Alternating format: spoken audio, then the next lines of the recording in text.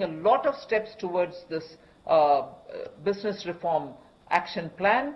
I congratulate the top 3 states, Andhra Pradesh, Uttar Pradesh and Telangana for having consistently kept on the track of reforms. नमस्कार, स्वागत है आप सभी का के न्यूज में। मैं हूं दुर्गेंद्र चौहान। उत्तर प्रदेश की योगी सरकार की उपलब्धियों में एक और तमगा जुड़ गया है। उत्तर प्रदेश ने ease of doing business ranking में लंबी छलांग मारी है। भारत की वित्त मंत्री निर्मला सीतारमण ने राज्य में रिफॉर्म को लेकर साल 2019 की सालाना रैंकिंग जारी की है। इसके मुताबिक business reform action plan BRAP 2017-2018 की रैंकिंग में उत्तर प्रदेश 12वें नंबर पर था, पर अब ये उछाल मारकर दूसरे पायदान पर पहुंच गया है। इसका मतलब ये है कि उत्तर प्रदेश में कारोबार शुरू करना और उसे आगे बढ़ाना बहुत आसान हो गया है। उत्तर प्रदेश ने दूसरा स्थान पाया है। इसमें महत्वपूर्ण जो वजह है वो ये है कि उत्तर प्रदेश की कानून व्यवस्था और यहाँ जो सड़कों का नेटवर्क और इसी तरीके से जो एक उद्यमियों के लिए एक माहौल तैयार करना, और इस जो पूरे माहौल को तैयार करने के शिल्पकार हैं उत्तर प्रदेश के अपर मुख्य सचिव गृह, उत्तर प्रदेश के अपर मुख्य सचिव सूचना और यूपीडा के चेयरमैन अवनीश अवस्थी जी। अवनीश जी आज हमारे साथ में जुड़े हुए हैं। अवनीश जी, आपका बहुत बहुत स्वागत है के न्यूज़ में। हम बात करेंगे कि इस तरीके का माहौल जो तैयार हुआ है जिससे उत्तर प्रदेश को भारी फायदा हुआ है, और प्रधानमंत्री का जो आत्मनिर्भर भारत का अभियान है उसमें उत्तर प्रदेश एक अहम पायदान पर खड़ा हो गया है। इसके पीछे महत्वपूर्ण वजह कानून व्यवस्था भी है, क्योंकि अगर उद्योगों के विकास के लिए कानून व्यवस्था बहुत महत्वपूर्ण होती है। अगर कानून व्यवस्था सही है, उद्यमी आकर्षित होते हैं, सड़कों का नेटवर्क अच्छा है, एयर कनेक्टिविटी अच्छी है, तो इन सब सारी चीज़ों में एक कलेक्टिव अप्रोच के साथ में एक साझा जो सामूहिक प्रयास है उसके साथ में ये काम किया गया है। सर, इसमें आपका एक बहुत बड़ा योगदान है जी। दुर्गेश जी, बेसिकली मैं तो ये कहना चाहूंगा, it's a feather in the cap for Uttar Pradesh, it's a feather in the cap of the honourable chief minister मुख्यमंत्री जी। सर का ये मार्गदर्शन है, सर की ये मेहनत है, सर का जो पूरा विजन है उत्तर प्रदेश के लिए कि उसको जो है आगे बढ़ाए, ये उसी का नतीजा है। उद्योग विभाग के जितने ऑफिसर्स हैं और जो भी वरिष्ठतम अधिकारी हैं उन्होंने जो है मेहनत जो की है उसका ये जो है फल है। और मैं ये कह सकता हूँ कि जो यहाँ पर इन्वेस्टर समिट हुई, जो यहाँ पर ग्राउंड ब्रेकिंग सेरेमनीज हुई जी, इसके अलावा डिफेंस और डिफेंस कॉरिडोर का और डिफेंस एक्सपो का कार्यक्रम हुआ, कानून व्यवस्था में सुधार तो अपनी जगह है, लेकिन इंफ्रास्ट्रक्चर में जो जायंट स्टेप्स उत्तर प्रदेश ने लिए हैं मुख्यमंत्री जी के मार्गदर्शन में जी, ये उसका नतीजा है कि प्रदेश आगे बढ़ा है। हमारा प्रदेश एक पूरे देश के बराबर है और पूरे विश्व में एक अपना स्थान रखता है जी। और अगर उत्तर प्रदेश आगे जाएगा, अग्रणी होगा, तो निश्चय ही जो है पूरा देश आगे जाएगा। उत्तर प्रदेश ने 12वें स्थान से दूसरे स्थान पर जो है छलांग जो मारी है, इस पर बहुत मेहनत मुख्यमंत्री जी की गई है। मैं निश्चय ही कह सकता हूँ पूरा उद्योग विभाग, मुख्य सचिव, औद्योगिक सचिव, जितने भी सभी वरिष्ठतम अधिकारी हैं, सबने मिलकर टीम से काम किया है। उद्योग मंत्री जी, MSME के माननीय मंत्री जी सब मेहनत करते, तो एक जो टीम एफर्ट है वो उत्तर प्रदेश में दिख रहा है और उसी का रिजल्ट है कि ये जो है छलांग मारी है।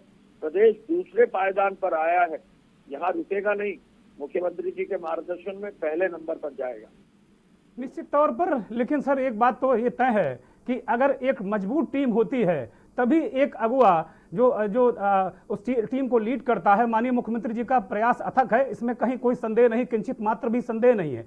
लेकिन जब उनकी टीम और उस टीम में आप जैसे एक महत्वपूर्ण अधिकारी और महत्वपूर्ण के साथ साथ में मेहनत कश, मैं आपको देखता हूं लगातार कि दिन भर बैठ के प्लानिंग और जो उत्तर प्रदेश को बहुत गहराई से समझते हैं आप, इन चीज़ों को लेकर सड़कों की दिशा में बहुत काम आपने शुरू किया है। वो किस तरीके से कनेक्टिविटी मैं देख रहा था कि बुंदेलखंड एक्सप्रेसवे की बात हो रही थी, मुख्यमंत्री जी कर रहे थे और उसमें भी बहुत प्रगति समझ में आई है कि काफ़ी चीज़ें बहुत आगे बढ़ गई हैं। तो जो उत्तर प्रदेश में जो सड़कों का नेटवर्क है और जो सारे नेटवर्क जो जरूरी होते हैं उद्योगों को जमाने के लिए, उसकी दिशा में किस तरीके से हम लोग आगे बढ़ रहे हैं और कहाँ पर हैं? देखिए दुर्गेन जी, उत्तर प्रदेश में एक्सप्रेसवेज का नेटवर्क मजबूत होता जा रहा है। मुख्यमंत्री जी के मार्गदर्शन में आदरणीय प्रधानमंत्री जी ने शिलान्यास किया था पूर्वांचल एक्सप्रेसवे का। लगभग 60% से ज्यादा पूर्वांचल एक्सप्रेसवे ब्लैक टॉप हो गई है। जी मुख्यमंत्री जी का आदेश है कि इस साल के अंत तक हर हालत में उसको तैयार करना है, ट्रैफिक उसके मेन कैरेजवे में तैयार करना है। ये एक्सप्रेसवे उद्योग विभाग के अधीन बन रही है, यानी उद्योग और एक्सप्रेसवे को जोड़ा गया। जी निश्चय ही ये एक बहुत बड़ा कार्य है, सभी लोग इस पर मेहनत कर रहे हैं।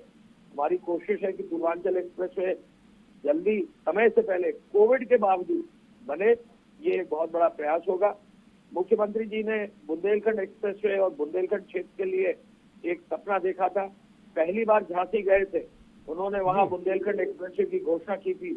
घोषणा से अब काम तक, और काम भी इतना कि कोविड के रहते हुए भी जी 6 महीने में जो काम करना था हमको, 2 महीने 2.5 महीने कोविड में गए, फिर भी 6 महीने से पहले लगभग 5 महीने में हमने 10% जो उसका टारगेट का अचीवमेंट होना चाहिए था वो पूरा किया है। और आज की तारीख में 15% से ज्यादा काम हो गया है। जी ये भी एक छलांग है। बुंदेलखंड क्षेत्र को आगे विकास में ले जाना है, पर्यटन का, उद्योग का, वहाँ की कनेक्टिविटी का, लोगों को दिल्ली तक ले जाना एक बड़ा काम है। मुख्यमंत्री जी का एक सपना और भी है कि एक गंगा एक्सप्रेसवे बने, उस पर भी अब काम शुरू हो रहा जी। है और जल्दी काम आगे बढ़ेगा। और मैं ये कह सकता हूँ कि उद्योग विभाग के अधीन ये जो एक्सप्रेसवेज बन रहे हैं, इनको हम लोग बहुत तेजी से बनाएंगे। निश्चित तौर पर अवस्थी जी, ये बहुत ही महत्वपूर्ण जो प्रयास हैं लगातार मुख्यमंत्री जी दिन रात एक किए हुए हैं, और आप एक बिल्कुल मुख्यमंत्री जी के जो प्रमुख सिपह सलार के रूप में या यूँ कहें कि प्रमुख सहयोगी के रूप में जिस तरीके से एक चीज़ों को नीचे तक एग्जीक्यूट करना है या उसको क्रियान्वित करना है, वो चीज़ें बिल्कुल बहुत अच्छी उत्तर प्रदेश की जनता को भी दिख रही हैं। और मुझे लगता है कि जो शासन सत्ता में बैठे लोग हैं उनको भी मुख्यमंत्री जी का संदेश आपके जरिए और जो मुख्य सचिव हैं उनके जरिए सारी चीज़ें नीचे तक जा रही हैं। बुंदेलखंड बहुत पिछड़ा इलाका है, अति पिछड़ा इलाका है, और आप बहुत अच्छी तरीके से इसको समझते हैं। वहाँ के लिए जो प्रयास हुए हैं अद्भुत हैं, अकल्पनीय है, इसमें कहीं कोई संदेह नहीं है। आप देखिए जिस तरीके से अभी मुख्यमंत्री जी ने अस्पतालों की बात कही हमीरपुर और महोबा में, उसमें आपने भी दोपहर की प्रेस कॉन्फ्रेंस में इस बात का जिक्र किया कि ये वहाँ पर जो अस्पतालों की बहुत व्यवस्था अच्छी हो रही, खनन फंड से एक अच्छा मॉडल क्रैक किया गया, एक बेहतरीन मॉडल क्रैक किया गया। इसके लिए आप और आपकी टीम बधाई के पात्र है, और मुख्यमंत्री जी तो सबसे पहले बधाई के पात्र हैं ही। बुंदेलखंड से अब हम जरा नोएडा की तरफ चलते हैं, ग्रेटर नोएडा की तरफ चलते हैं। माननीय प्रधानमंत्री जी ने अभी अब मन की बात में जो खिलौनों की बात की कि खिलौनों के लिए यहाँ भारत में तमाम जगह इस तरीके के जो फैक्ट्रीज हैं या जो उनका जो टॉय का एक जो क्षेत्र है वो विकसित किया जाना चाहिए, ताकि हमें चीन और ताइवान पर जो हमारी आत्मनिर्भरता है, जो हम आत्मनिर्भर हों, चीन और ताइवान पर निर्भरता उसको खत्म किया जाए और विश्व में एक अपना नाम बनाया जाए। और एक तरीके से जो उत्तर प्रदेश है और जो स्वावलंबी होने की बात है कि भारत स्वावलंबी हो, तो प्रधानमंत्री जी के कदम से कदम मिलाकर या उनके आह्वान पर सबसे पहले जिस राज्य ने रिएक्ट किया है वो उत्तर प्रदेश है। ग्रेटर नोएडा में आपने वहाँ एक टॉय सिटी डेवलप करने के लिए प्रयास शुरू कर दिए हैं। करीब मुझे जहाँ तक जानकारी है कि 92 आवेदन अब तक आ चुके हैं और प्लाटों का आवंटन भी होगा। तो ये किस तरह का प्रोजेक्ट है और आगे किस तरह हम इसको ले जाएं, कैसे हम जो देश में मेड इन इंडिया या मेड इन नोएडा या मेड इन ग्रेटर नोएडा इस तरह की बात को, जो आत्मनिर्भर भारत की परिकल्पना है, वो उत्तर प्रदेश कैसे आगे बढ़ाएगा? देखिए, आत्मनिर्भर भारत के माननीय प्रधानमंत्री जी का जो मार्गदर्शन है, मुख्यमंत्री जी ने जिस दिन इस योजना की घोषणा हुई, अगले दिन एमएसएमई सेक्टर में लोगों को आगे लाकर लगभग 2000 करोड़ से अधिक का जो है एक ही दिन में लोन जो है सैंक्शन कराया था जी। तो ये जो मुख्यमंत्री जी का विजन है कि एमएसएमई सेक्टर जो पूरा प्रदेश का है, उत्तर प्रदेश का, ये पूरे देश में सबसे बड़ा एमएसएमई का सेक्टर यहाँ है। यहाँ सबसे ज्यादा हमारे पास स्किल्ड मैन पावर है, हमारे पास संख्या बल सबसे ज्यादा है, तो हमारे पास काम भी सबसे ज्यादा है कि हम रोजगार भी सबसे ज्यादा दें। ये एमएसएमई सेक्टर को आगे बढ़ाने के लिए ये जो स्पेसिफिक सेक्टर्स हैं, टॉय का सेक्टर है, ये सब जो है बहुत महत्वपूर्ण है। उद्योग विभाग के, एमएसएमई विभाग के, सभी विभागों के जो है सहयोग से ये कार्य आगे बढ़ाया जा रहा है। मैं जरूर इतना कहना चाहूंगा कि कोई ऐसा सेक्टर नहीं होगा जहाँ पर उद्योग विभाग के अधीन जो है कार्य न हो रहा हो, कहीं न कहीं किसी न किसी रूप में हर सेक्टर में काम आगे बढ़ रहा है। मुख्यमंत्री जी का मार्गदर्शन है, आगे भी हम इस बारे में फिर आपसे बात करते रहेंगे। बहुत बहुत धन्यवाद। अवनीश अवस्थी जी हमसे जुड़े थे, उत्तर प्रदेश के अपर मुख्य सचिव गृह, और जिस तरीके से उन्होंने बताया कि उत्तर प्रदेश की सरकार किस तरीके से काम कर रही है और किस तरीके से उद्योगों को लेकर आगे बढ़ रही है, उद्योग जगत को कैसे आगे बढ़ा रही है, इस कोरोना काल में किस तरीके से हम आगे बढ़ रहे हैं, आत्मनिर्भरता की ओर आगे बढ़ रहे हैं, और सारी चीज़ों को लेकर हम किस तरीके से एक रोड मैप उत्तर प्रदेश सरकार ने तैयार किया है। निश्चित तौर पर इसमें जो अपर मुख्य सचिव अवनीश अवस्थी जी हैं, उनका बहुत बड़ा योगदान है। एक चीज़ों को क्रियान्वयन करके एक शिल्पकार के रूप में मुख्यमंत्री जो चीज़ों को कंसीव करते हैं, जिन चीज़ों को वो परिकल्पना करते हैं, अवस्थी जी उसको साकार करने की कोशिश करते हैं और धरातल तक उतारते भी हैं। तो बहुत बहुत धन्यवाद अवनीश जी आपका हमें के न्यूज़ को समय देने के लिए और हमसे बात करने के लिए।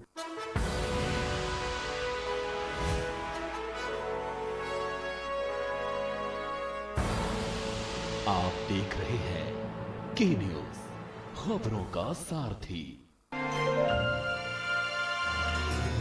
श्री राम की अयोध्या नगरी आज पूर्ण रूप से राममय होने लगी है। जगह जगह